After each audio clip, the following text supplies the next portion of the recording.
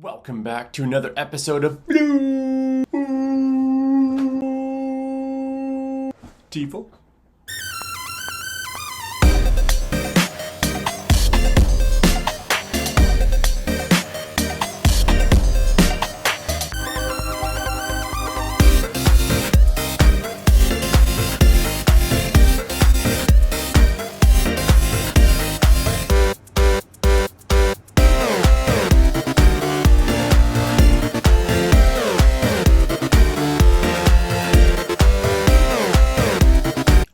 Night of the Demons 1 and here on Film Flam's BLUTeeful, we talk a little bit about physical media, some of these great older releases that are getting this awesome new restoration. So Night of the Demons 1, directed by Kevin Tenney, dropped in 1988.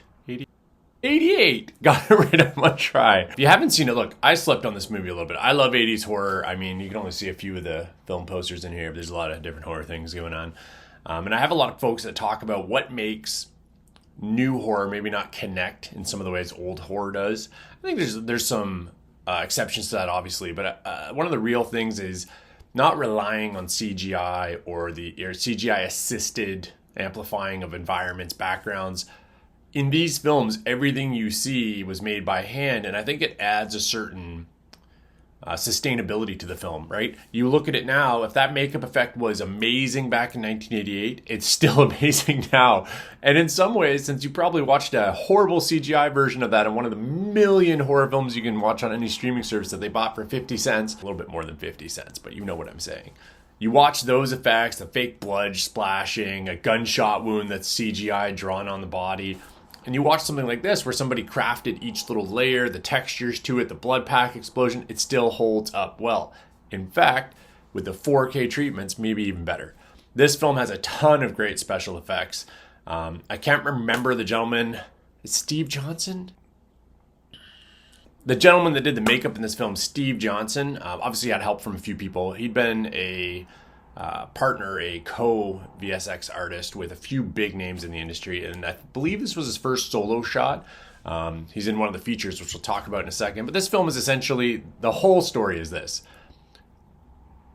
Kids go to a haunted house, essentially demons show up, and a whole lot of demon death and hijinks ensue. That's your movie. Take a bunch of high school, early college folks, smush them into a demon-infested house, boom.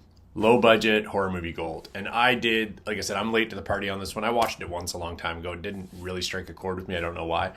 Watched it again recently on this 4K, which I got. It was on a sale, and I saw it. I'm like, you know what? It's time to revisit Night of the Demons. And it is a lot of fun. Real low budget jam. I mean, the acting's not going to blow you away. The music's actually pretty good in this movie. I'm not going to lie. They have a ton of great hard rock and metal songs here, so really good time on that front. The film is a low budget film, but they're putting their heart and soul into every frame. 4K restoration on this film is absolutely gorgeous. Brings new life to some of these special effects, the textures, how they put this house together, like just the set designs in this film and everything are great. Which leads us into the surprising amount of special features on this collection. There's a ton of stuff on here. But some of the big surprises, great interviews, first of all. I love interviews. I'm not a big fan of audio commentary. I know a lot of people love that. I would rather watch the interviews, watch the documentary. This has a documentary making of, which was great. All of these old actors, the VSX guy talking about the makeup effects. He has his own little interview as well. But one of the biggest surprises on here is the inclusion of the full VHS work print for the original title of the film, Halloween Party, the unedited cut. I haven't watched all of that yet, but I love when they include this type of stuff. I don't know why more films, I'm sure there's rights issues and everything. Getting the VHS rights can be a lot different than getting the Blu-ray rights or DVD rights. I think it's awesome to compare the new restoration to what these films look like on VHS, and there's a nostalgia factor to that. The second film in this collection, let's talk about that. Night of the Demons 2. Okay, not as good as 1, and I heard the third one's very much not good. I will watch it eventually. I've not been able to get my hands on it yet. Second one is a little different in that now the kids are going to a Catholic school for troubled youth or something like that. Essentially, this house and the legend of this haunted house from the first film is there. A bunch of these kids decide to go there. They once again evoke demons, and demonic hijinks and death ensues with lots of great practical effects. You might think I'm shortening the plot. I am not. There's also kind of a warrior nun at one point. The best way I can describe this is Evil Dead 1 and 2. Please understand I am not saying they're that good. Evil Dead, it kind of takes itself a little more seriously. The violence is a little bit more intense. It's a little bit more of a horror first film. Evil Dead 2, they lean into the schlock, they lean into the colored blood, which granted was to get around the MPA ratings and things like that. But it's just a more over-the-top fun version of the story. This is kind of the same thing, where the first one tried to play it a little bit closer to the serious side, even though there's jokes and it's clearly over the top.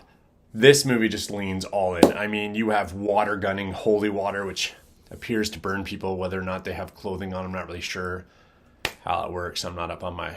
Is that how it works? If you're getting blessed, you just roll up in a t-shirt and just burn. The director of the second one, talking special features, again, looking at the back, there's a ton of special features.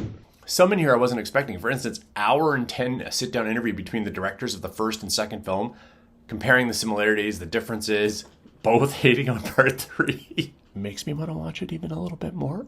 And again, another surprise, a full work print of the original DVD of the film. Uncut, and like some of the sound and stuff is in there. I watched a bit of it. Really excited to go down that. But I wasn't expecting as many special features between these two collections. Shout Factory, who released them, can be a little hit or miss. A lot of times they push these editions out for the same price and really haven't done any work on special features. So they put some real time in here. Very much appreciated. The Blu-ray, the second film is just a Blu-ray. Still decent. I mean, look, it doesn't look great, but I didn't expect it to. I'm sure it looks light years past whatever the DVD was.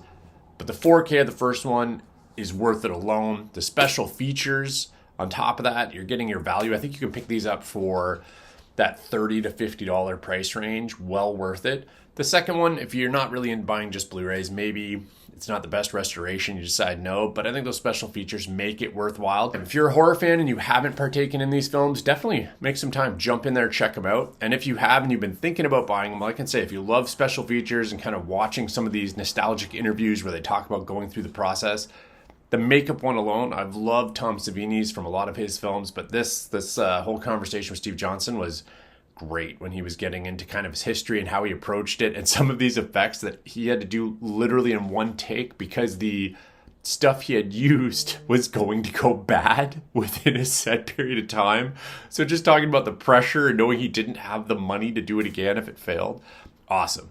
Anyway, if you enjoy these, like, subscribe, pass it around. It's always appreciated. And we'll see you for the next one. I think I'm going to be leaning into some action coming up. Till next.